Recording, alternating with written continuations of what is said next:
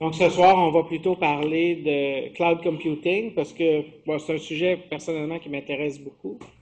J'organise depuis quelques années à Montréal des conférences qui s'appellent CloudCamp sur le cloud computing. Donc c'est un sujet qui m'intéresse beaucoup personnellement, mais aussi c'est un sujet qui est assez populaire depuis quelques années. Bonsoir.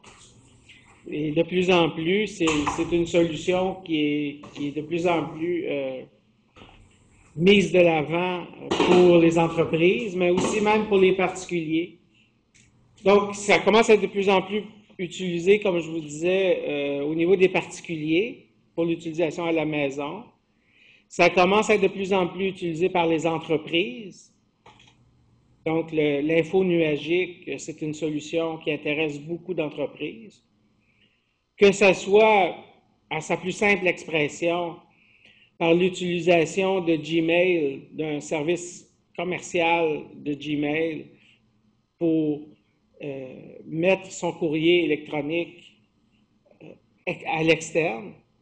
Donc, pour ne pas avoir besoin de mettre son serveur de courriel dans une DMZ sur son réseau, on peut tout simplement utiliser un service comme Gmail pour son courrier. Si on est un utilisateur, en guillemets, commercial de Google, qu'on paye un frais qui est quand même pas excessif, on peut même utiliser son propre nom de domaine, sa propre adresse courriel avec son propre nom de domaine, tout en ayant notre site web public hébergé chez Google, notre courriel hébergé chez Google et un certain nombre d'applications, en guillemets, corporatives hébergées chez Google. Donc, en fait, on n'a même plus besoin d'avoir des serveurs dans nos murs qui sont branchés à l'Internet. Donc, on peut avoir une connexion Internet à relativement faible coût, pas besoin d'adresse IP permanente, etc., etc. Donc, ça amène quand même de grosses économies par rapport à ça. Ça amène aussi, ça facilite beaucoup ce que beaucoup d'entreprises font aujourd'hui, c'est-à-dire le télétravail. La possibilité de permettre à des employés de travailler une journée semaine ou à l'occasion de travailler à la maison. Et puis là, ben, ça facilite évidemment beaucoup la conciliation travail-famille. Merci beaucoup. Et beaucoup facilité avec ce genre de solutions-là. Bon, il existe aussi toutes sortes d'autres offres de cloud computing. Il existe aussi de plus en plus des applications qui sont offertes en cloud computing. Bon, j'ai parlé de Google Docs avec la possibilité de créer des chiffriers, des documents, etc. Mais même Microsoft, avec des produits comme Office, commence à offrir des solutions qu'on appellerait software as a service, donc de logiciels comme un service de l'info nuagique. Et évidemment, il y a toutes sortes d'autres applications aussi, celles qui sont très populaires. Vous connaissez peut-être Salesforce, salesforce.com, donc qui est un CRM, un système de gestion de la relation client. Donc, on peut évidemment bénéficier de plein d'avantages à aller en info nuagique, réduction de coûts directs par le fait qu'on n'a plus besoin d'acheter certains équipements, mais réduction aussi de coûts de masse salariale. Si j'ai plus d'équipement à gérer, j'ai pas besoin d'avoir une équipe technique non plus. J'ai pas besoin d'avoir d'administrateur de réseau, d'administrateur de base de données. Donc, il y a plein de choses que j'ai plus besoin d'avoir en échange d'un frais à l'utilisation, d'un genre de péage finalement. Et l'avantage, un des nombreux avantages du cloud computing, c'est que c'est ce qu'on appelle en anglais la scalability. Donc, la possibilité, de façon presque instantanée, de faire appel à la puissance de traitement que j'ai besoin à un moment précis dans le temps. Je n'ai pas besoin de concevoir mon infrastructure réseau, mes serveurs, en fonction de ma demande de pointe. Le 20% de périodes actives, plus actives, qui demandent plus de traitement, va me coûter 80% de mon coût. Alors que je pourrais peut-être avoir juste des petits serveurs internes, serveurs de fichiers, serveurs d'imprimantes, etc. Je suis obligé d'avoir d'énormes serveurs pour prévoir le fait qu'il y a beaucoup de gens qui qui peuvent vouloir se brancher à certains moments dans la journée, par exemple en arrivant le matin ou en fin de journée, où je vais avoir mes périodes de pointe. Alors qu'en cloud computing, ben, c'est le fournisseur de cloud qui gère cette capacité-là. Et s'il y a une pointe, ben lui, il va gérer son parc, puisqu'il va répartir l'utilisation sur l'ensemble de ses clients, qui idéalement vont couvrir l'ensemble de la planète. Alors, les heures d'arrivée au travail, les heures de pointe sont différentes pour chacun de ses clients qui sont répartis géographiquement. Donc, il peut avoir une énorme capacité de traitement qui est disponible à la demande et qu'il va facturer à la demande, à l'utilisation. Donc, c'est comme si vous allez vous acheter une auto et on va vous vendre une Smart parce que vous passez 90% de votre temps en ville et tout ce que vous avez besoin, c'est d'une Smart ou une petite Fiat 500. Mais que quand vous embarquez sur l'autoroute, votre Smart se transforme, un peu comme dans le film Transformer, votre Smart se transforme graduellement en Ferrari. Et donc, quand vous avez besoin de la performance de la Ferrari, quand vous arrivez sur l'autoroute, vous l'avez, et à ce moment-là, vous payez le prix d'une Ferrari pour le temps que vous faites la route, admettons Montréal-Québec.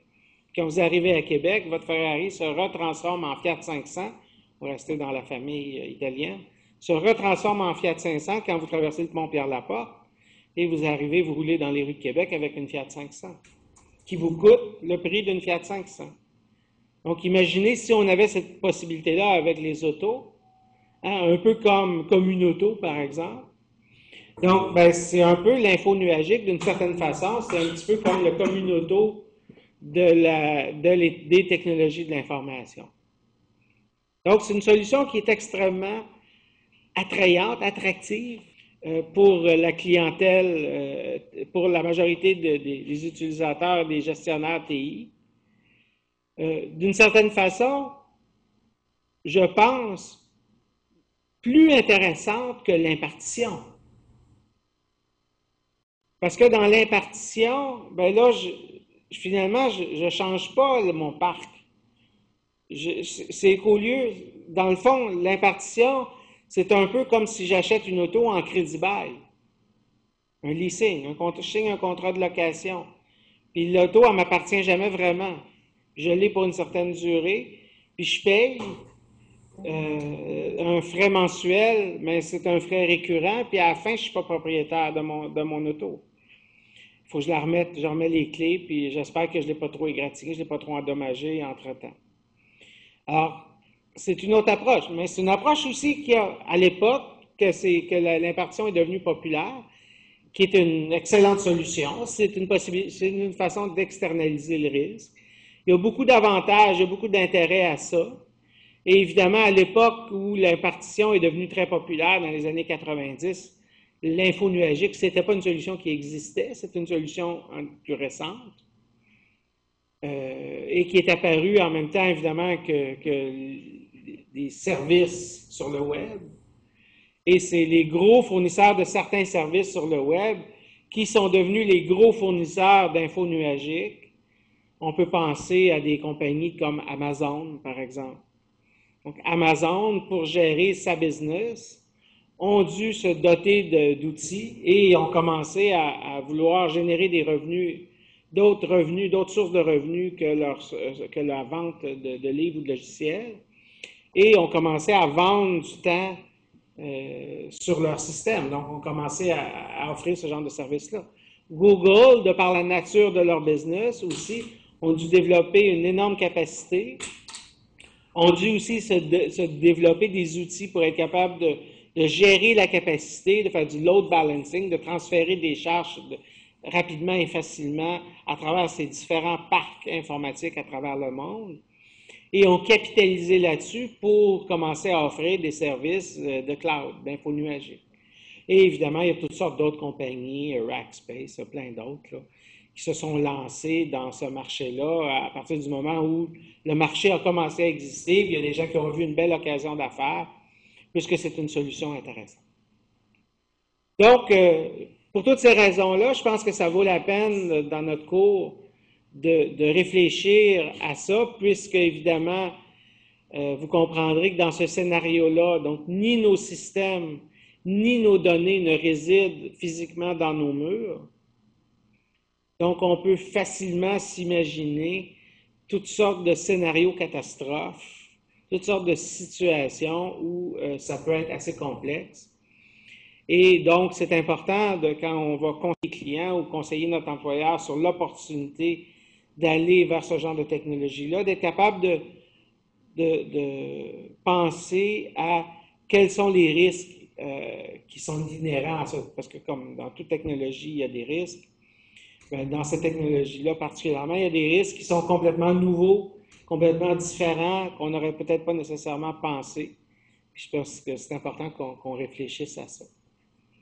Donc, info nuagique étant la traduction qui semble être de plus en plus acceptée aujourd'hui pour l'expression anglaise, donc qui est cloud computing.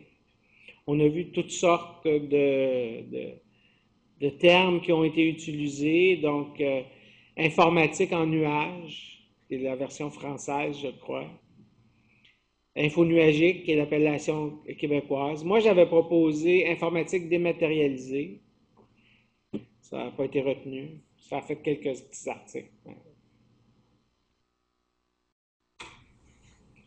Mais finalement, infonuagique, je trouve pas ça pas trop pire. Donc.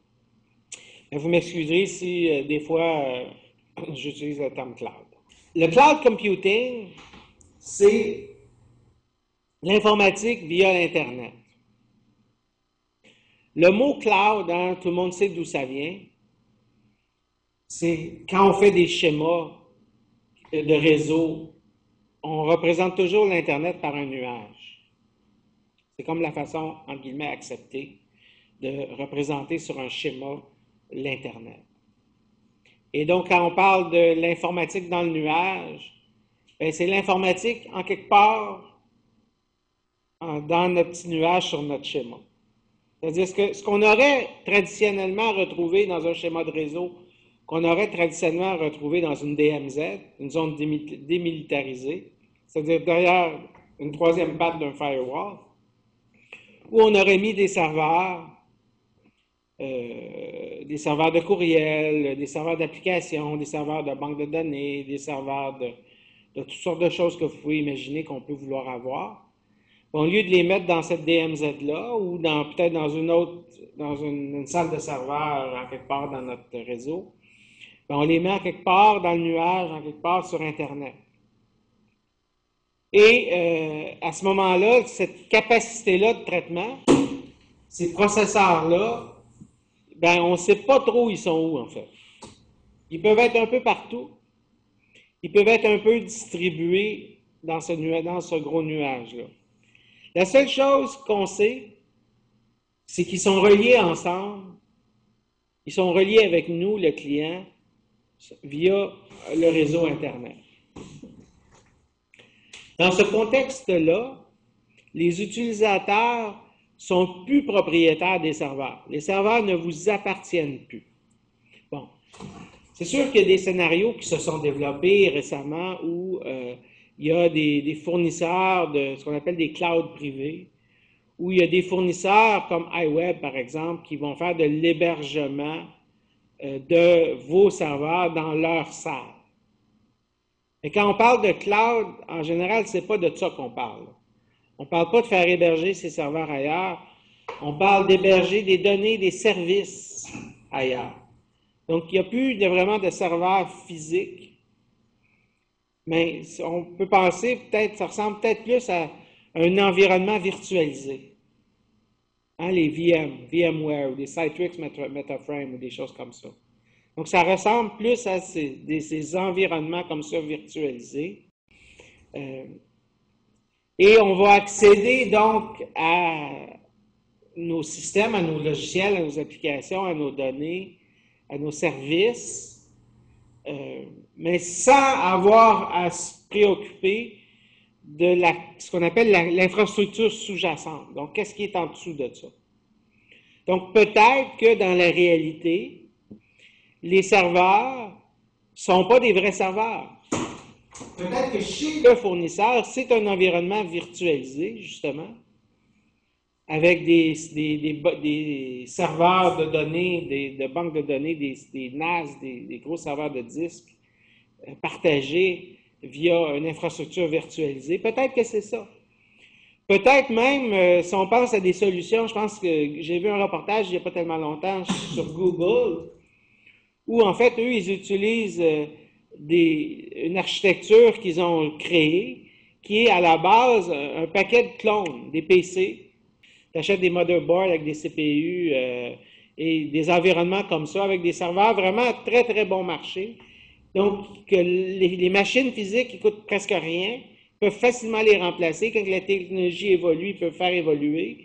Et ils ont plusieurs générations. Ils ont créé un genre d'environnement, donc, où ils arrivent avec un système d'exploitation, une couche logicielle en dessous de tout ça, qui va gérer le load balancing, le partage des traitements, qui vont arriver donc à faire des traitements parallèles, massivement parallèles, sur d'énormes parcs, d'énormes, on parle de plusieurs terrains de football, là, que ce soit européen ou nord-américain, d'énormes terrains remplis de ces machines-là, donc qui créent des environnements massivement parallèles.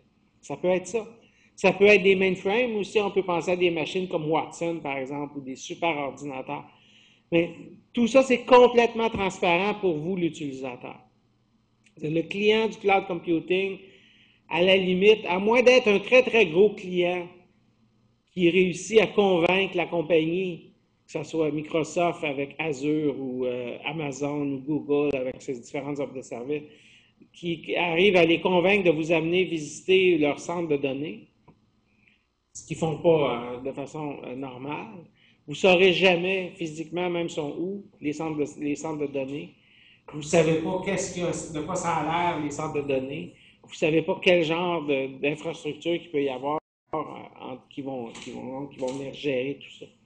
Pour vous, le client, cet environnement-là, il est complètement transparent. Donc, les applications et les données ne se trouvent plus sur l'ordinateur local, mais métaphoriquement parlant, dans un nuage, dans le cloud, qui est composé d'un certain nombre de serveurs distants, interconnectés, au moyen d'une excellente bande passante indispensable, évidemment, à la fluidité du système. Donc, imaginez-vous un genre de mesh network. Hein, vous savez, c'est quoi un mesh network? Un réseau dans lequel tous les points sont reliés à tous les points. Un genre de gros mesh network qui est comme superposé à l'Internet, dans lequel il y a un paquet de sous-réseaux, on peut penser à des VPN, qui permettent le branchement des sites entre eux, où on peut avoir donc des copies multiples de nos données à des endroits multiples. Donc, finalement, un genre de gros système distribué client-serveur, avec toute une infrastructure, évidemment, pour gérer tout ça, parce que quand les données changent sur un serveur, il faut qu'il soit aussi mis à jour sur l'autre. Donc, il y a toute une infrastructure. Et là, on parle de two-phase puis du three-phase commit. Quand on clôt des transactions, il faut que les transactions soient clos à tous les endroits pour que la transaction soit considérée comme finie. Parce qu'une transaction, il faut que ce soit atomique, il faut que ce soit unitaire, il faut que ça ait un début et une fin bien définie. À ce moment-là, donc, il faut être, si on a plusieurs sites, bien, il faut que tous les sites aient fait la mise à jour de la donnée pour que la transaction soit considérée comme étant conclue, terminée. Donc, il y a une grosse infrastructure, il y a une grosse problématique là, de gestion, évidemment, une grosse problématique qui est sous-jacente à tout ça. Mais une fois que ça s'est mis en place, puis que c'est bien testé, puis bien fonctionnel, bien évidemment, il y a un paquet de problèmes qui n'existent plus. S'il y a un site qui tombe, c'est pas grave. Si un réseau, un continent complet qui tombe, c'est pas grave. Si moi, je suis une compagnie multinationale avec des bureaux partout dans le monde, ben, si le câble principal qui relie l'Europe et l'Amérique est coupé, ben moi, c'est pas grave, ça continue à fonctionner. C'est complètement transparent, je m'en rends même pas compte. L'accès au service se fait par une application standard facilement disponible, souvent le web. Donc, on peut penser à une application que j'accède via un navigateur web, style intranet, extranet, Internet. Et donc, j'ai un navigateur web, c'est comme ça que j'accède à mes données. Donc, le meilleur exemple que tout le monde connaît, c'est Gmail, Hotmail, Google Docs. Alors ça, c'est un bon exemple d'application auquel j'accède via une interface web. Ça peut être via vraiment une interface web classique, un navigateur, ou une interface web masquée d'une certaine façon. Donc, par exemple, une application Java, XML, qui roule sur l'environnement Windows directement, où je n'ai pas nécessairement conscience que je suis dans un navigateur, que je suis dans le web, mais via des connecteurs XML et autres, je suis branché donc via l'Internet.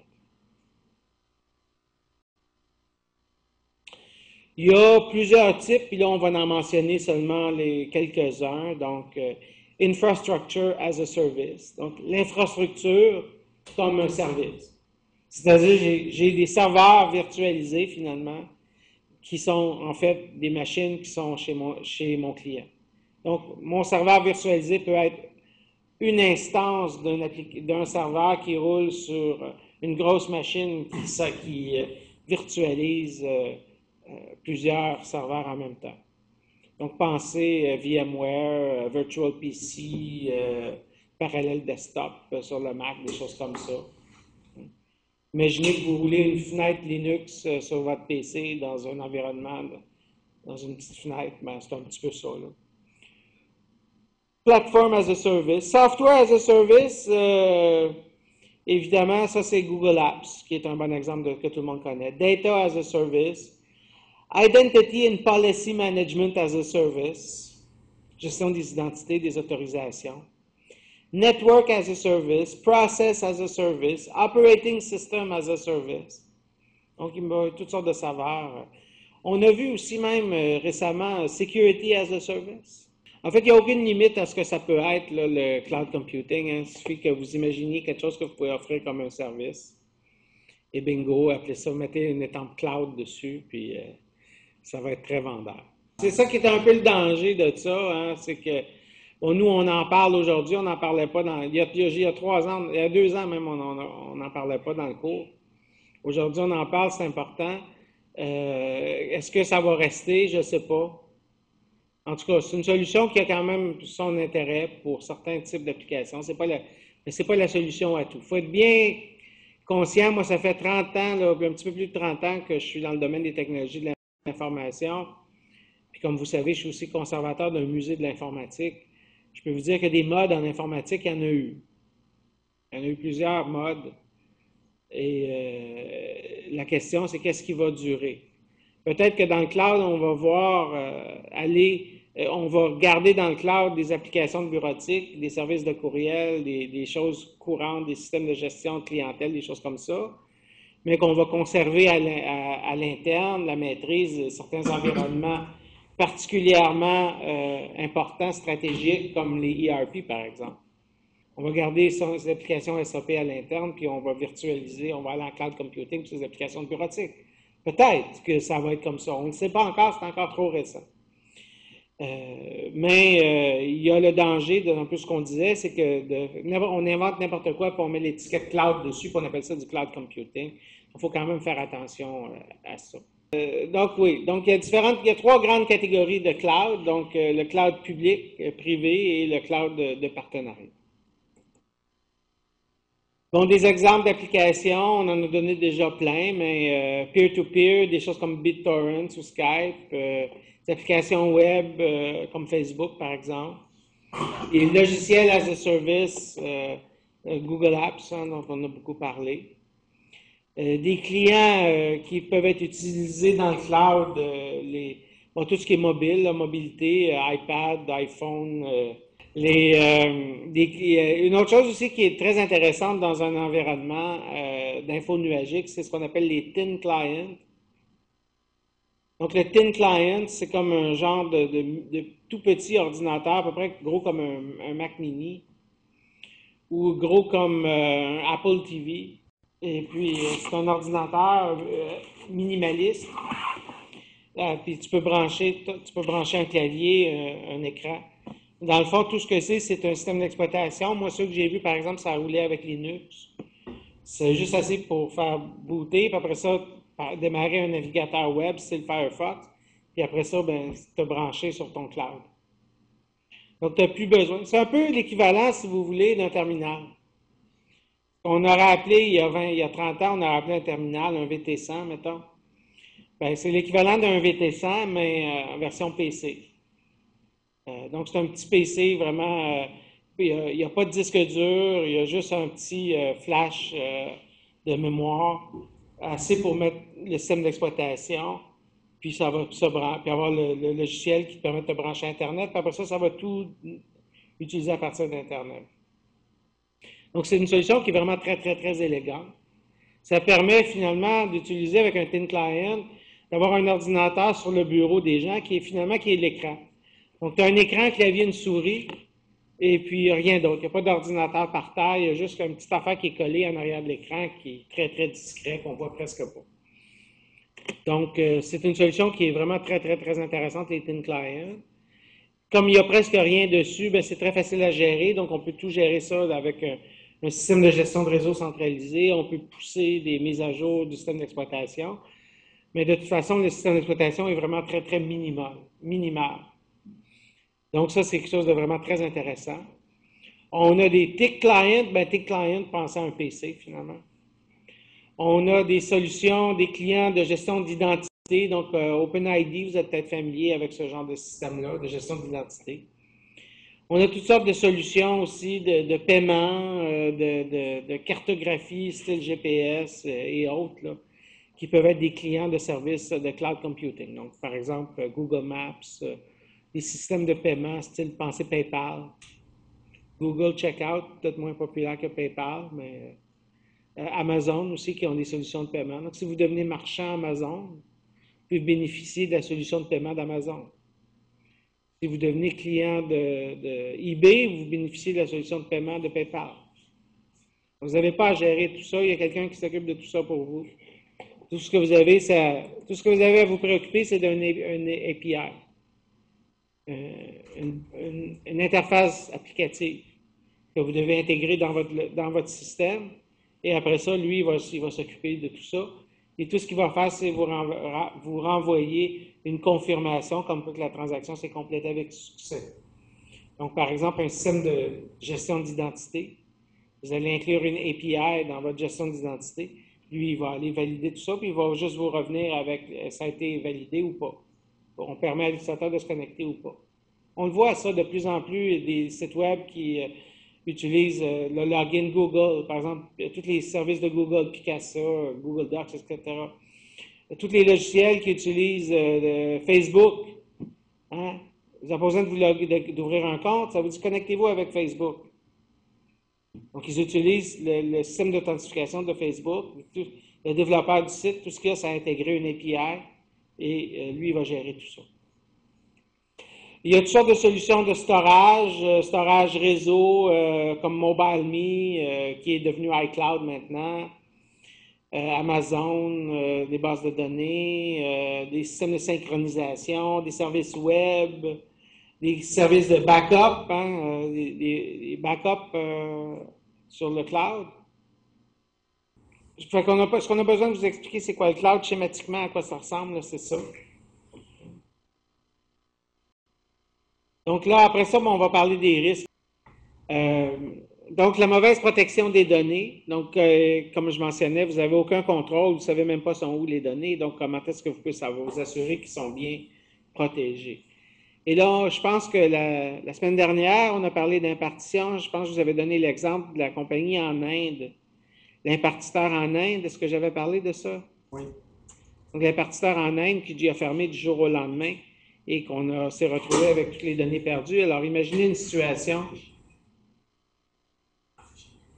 Imaginez, je m'excuse, j'ai fait une pause. Il y a quelqu'un qui me demande s'il a droit à des points de bonus parce que j'ai oublié de rallumer le micro. Non, désolé. Mais tu n'as pas manqué grand-chose. Parce que j'ai parlé, en fait, surtout du cours méthodologie de recherche.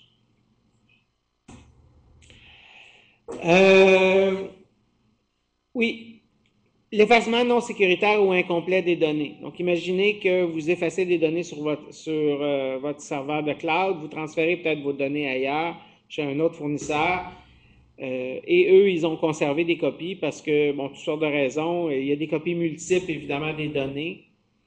Il y a les données miroirs sur différents serveurs de différents serveurs du fournisseur. Il y a évidemment des backups, des copies de backup qui sont conservées, qui existent toujours chez le serveur, chez le fournisseur. Alors, comment est-ce que vous pouvez vous assurer que ça a vraiment été effacé? Comment est-ce que vous pouvez même poursuivre ou exiger parce que dans le fond, imaginez que votre serveur de cloud, votre fournisseur de cloud, il y a des serveurs en Australie, il y a des serveurs en Chine, il y a des serveurs en Inde, il y a des serveurs en Europe, en quelque part, aux États-Unis, ça serait impossible d'obtenir une injonction, d'obtenir un jugement qui pourrait être exécutoire dans tous ces différents pays-là. C'est absolument impossible. Donc, comment est-ce qu'on peut gérer cette problématique-là? Parce que ça, tout ça, tous les éléments, ce sont des problématiques potentiellement réelles. La malveillance potentielle des personnes affectées à des nouveaux rôles propres au cloud. Donc, autant au niveau de votre entreprise qu'au niveau de vos fournisseurs, il y a des gens donc, qui doivent gérer ces environnements-là. Ben, on n'a aucun lien avec ces personnes-là. Donc, ça, c'en est seulement quelques-uns, hein, de ceux que moi j'ai identifiés comme étant, disons, les principaux, mais il y en a plein d'autres. Il y a Gartner, entre autres, qui a fait une étude dans laquelle ils ont identifié un certain nombre de choses. Puis bon, comme je ne voulais pas me faire critiquer sur ma traduction, mon utilisation de Google Translate pour traduire des textes, je l'ai laissé en version originale anglaise. Et on va essayer de les traduire ensemble. Donc, dans l'étude de Google, on parle, par exemple, de Privileged User Access. Donc, il existe sur mes serveurs, sur tout serveur, il existe des utilisateurs privilégiés, les administrateurs de banques de données et autres.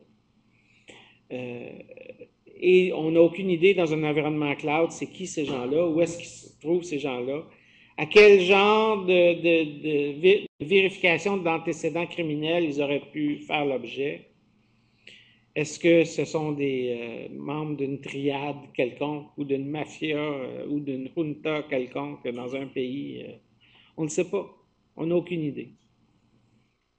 Et donc, ce que Gartner suggère, c'est de demander aux fournisseurs de nous donner des informations spécifiques sur ces processus d'embauche et de surveillance des gens qui ont des accès privilégiés et des quels contrôles qui sont en place. Donc ça, c'est le genre de choses qu'on pourrait qu'on pourrait exiger d'avoir dans un contrat qu'on aurait. Un deuxième problème qui est identifié comme étant important par Gartner, c'est la compliance, conformité à des règlements, à des lois et règlements. Parce que c'est le client qui est mis en cause. On peut penser à l'exemple de l'hôpital ou d'un centre de santé. S'il arrive un problème, puis il y a des données qui sont divulguées, qui va être attaqué? Bien, ça va être le médecin soignant, ça va être le centre de santé, le centre hospitalier, qui est légalement responsable vis-à-vis du patient. Si c'est une banque, bien, c'est la banque qui est responsable vis-à-vis de son patient.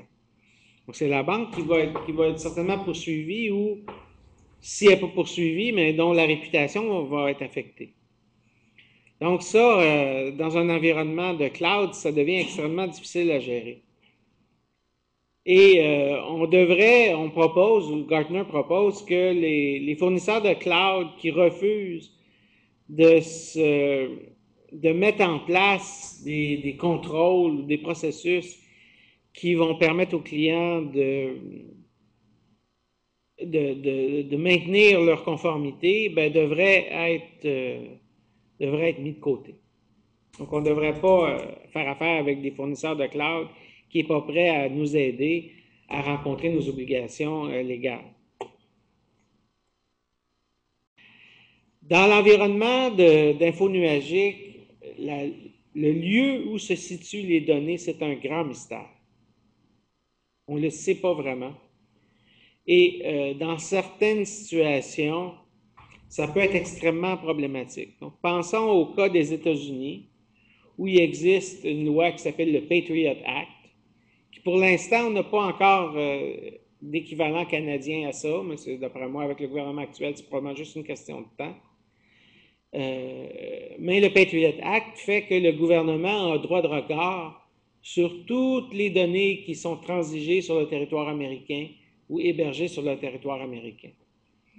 Ça veut dire que si vos données, si vous êtes un client au Canada et qu'une partie de vos données se situe aux États-Unis ou sont transigées via des réseaux aux États-Unis, à ce moment-là, ça devient possible que le gouvernement américain y ait accès.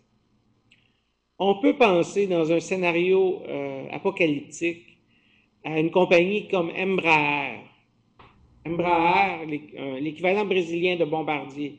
Embraer qui fabrique des avions.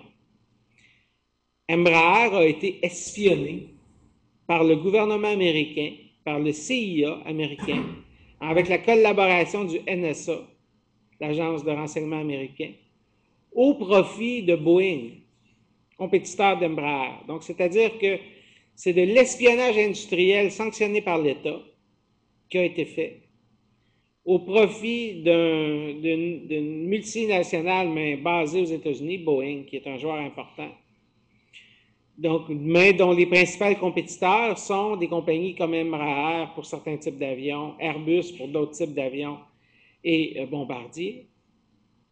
Et donc, à partir du moment où vous seriez dans une situation comme ça, et que vous allez en cloud, et que vos données sont situées aux États-Unis, vos données critiques, s'ils étaient là, à ce moment-là, vous pourriez faire l'objet d'espionnage industriel. N'essayez pas de vous protéger, de mettre en place des mesures de mitigation de risque qui pourraient vous protéger du NSA. C'est à peu près impossible. Ils arrivent à espionner tous les gouvernements de la planète, à décrypter tous les messages imaginables sur la planète. Ils ont des parcs énormes de serveurs qui ne servent qu'à décrypter des données. Donc, oubliez ça, c'est impossible. Ça serait impossible de se protéger de ça. Donc, ce genre de données-là, dans un environnement, dans un scénario apocalyptique, des données extrêmement sensibles, hautement confidentielles, des secrets industriels, hébergés en info nuagique aux États-Unis, serait définitivement facilement accessible sans mandat, rien, donc pour de l'espionnage industriel.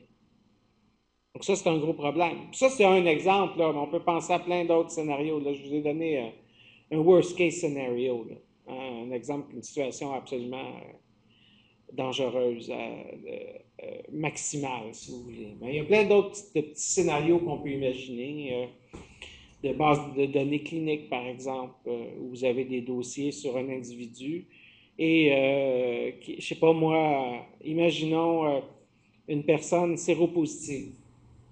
Donc, une personne qui a le VIH, qui est atteinte du virus d'immunodéficience, merci. Hein, mais qui n'est pas nécessairement malade, qui n'a pas l'air malade, qui est encore capable de travailler. Aujourd'hui, on a des médicaments, des trithérapies et autres qui fait que quand même les gens peuvent vivre très longtemps. Mais se présente à la douane d'un pays pour un voyage, s'en va en voyage d'affaires, se présente à la douane d'un pays, puis se fait refuser l'entrée dans le pays parce que il y a quelqu'un qui a eu accès aux bases de données qui sont hébergées en cloud, qui ont transigé dans son pays, et pour toutes sortes de raisons, ils ont accès à ces données-là. Et il se fait refuser l'entrée ou le transit par un pays. Alors qu'il n'y a aucun risque, ce n'est pas une personne qui s'amuse à transmettre le virus juste pour le fun. On a vu des cas là, de gens qui se servaient de ça, qui transmettaient ça sans bon.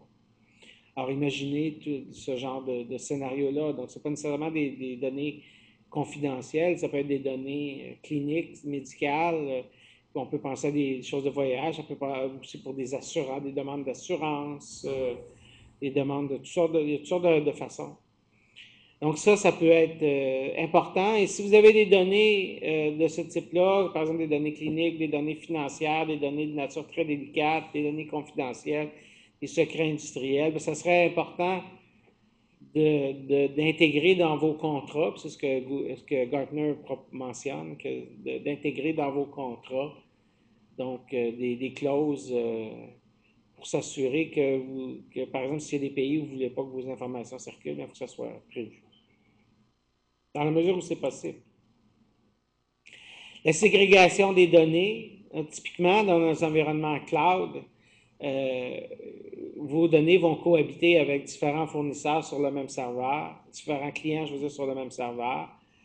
Donc, c'est important de s'assurer de comment est gérée cette ségrégation-là des différents clients sur les environnements.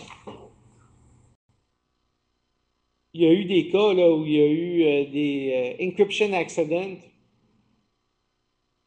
c'est-à-dire qu'ils ont encrypté par erreur les données d'un client avec des clés d'encryption d'un autre ou des choses comme ça, et qui rendent évidemment vos données inutilisables, inaccessibles.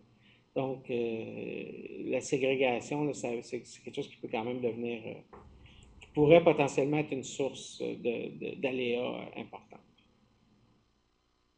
Comment se fait la récupération des données, le data recovery?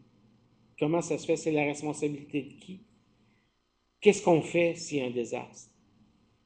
Imaginez, vous avez peut-être écouté les nouvelles hier, il y a eu dans la journée, je ne sais pas si, moi j'ai souvent RDI d'allumer quand je travaille à la maison et il y avait une alerte au tsunami hier en Indonésie. Qu'est-ce qui arrive si vos données sont hébergées sur un serveur là-bas et qu'il y a un tsunami? Bon, j'imagine, ça fait une couple de tsunamis, là, j'imagine que les gens qui gèrent des parcs de serveurs doivent être sensibilisés à ça, là. Et on peut penser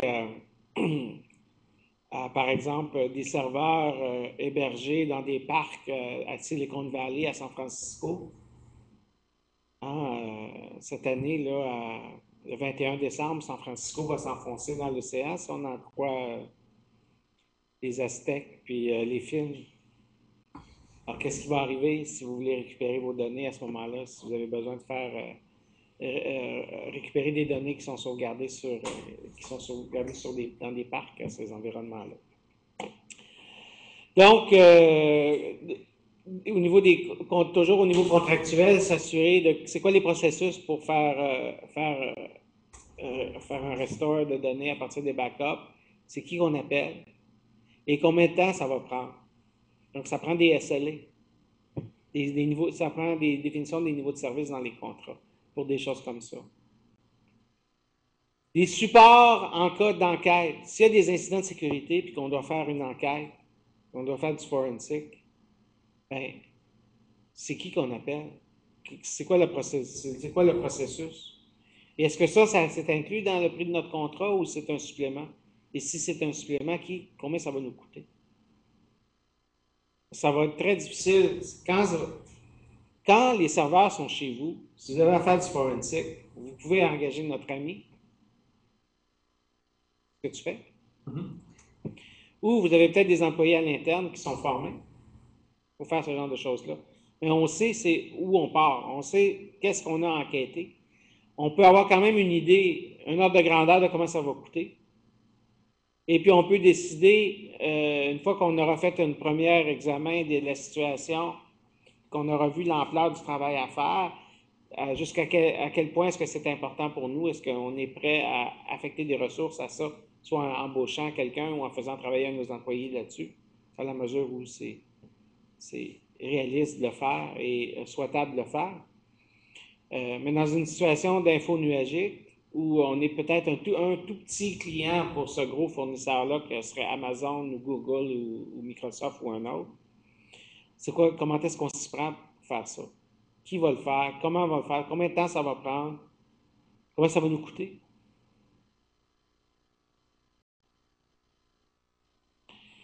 La viabilité à long terme du cloud. La viabilité aussi à long terme de notre fournisseur.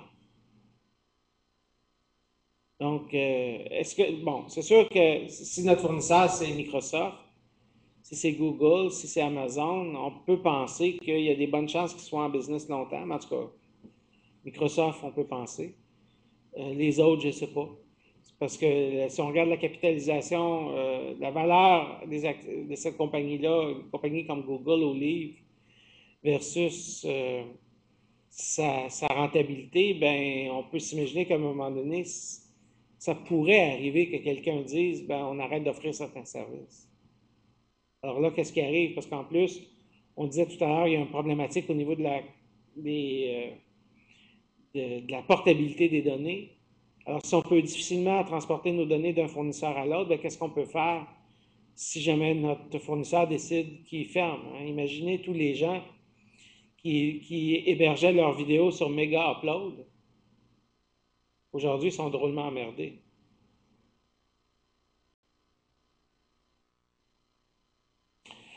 Alors, il y a aussi un autre groupe qui s'appelle le Open Security Architecture Group et qui, eux, ont créé, puis là, vous avez le lien ici, mais de toute façon, vous pouvez le googler, vous allez le trouver, qui ont créé des contrôles euh, pour l'info nuagique. Donc, si vous aimez des contrôles, style ISO 27002 ou COBIT ou autre, alors il existe des contrôles pour le cloud. Et donc, et là, on ne les passera pas en revue. Hein. On veut, parce qu'on n'insiste pas beaucoup ici dans ce cours-ci sur l'audit. Là, vous avez un autre cours sur ça, qui porte que sur la vérif. Mais comme on parle du processus IPM auquel on a ajouté le petit A, donc c'est quand même quelque chose qui nous intéresse dans la gestion de risque, la possibilité de mettre en place des contrôles de gestion qui vont nous être utiles, autant au niveau de notre analyse de risque, que plus tard pour valider l'utilité et la validité de notre analyse de risque.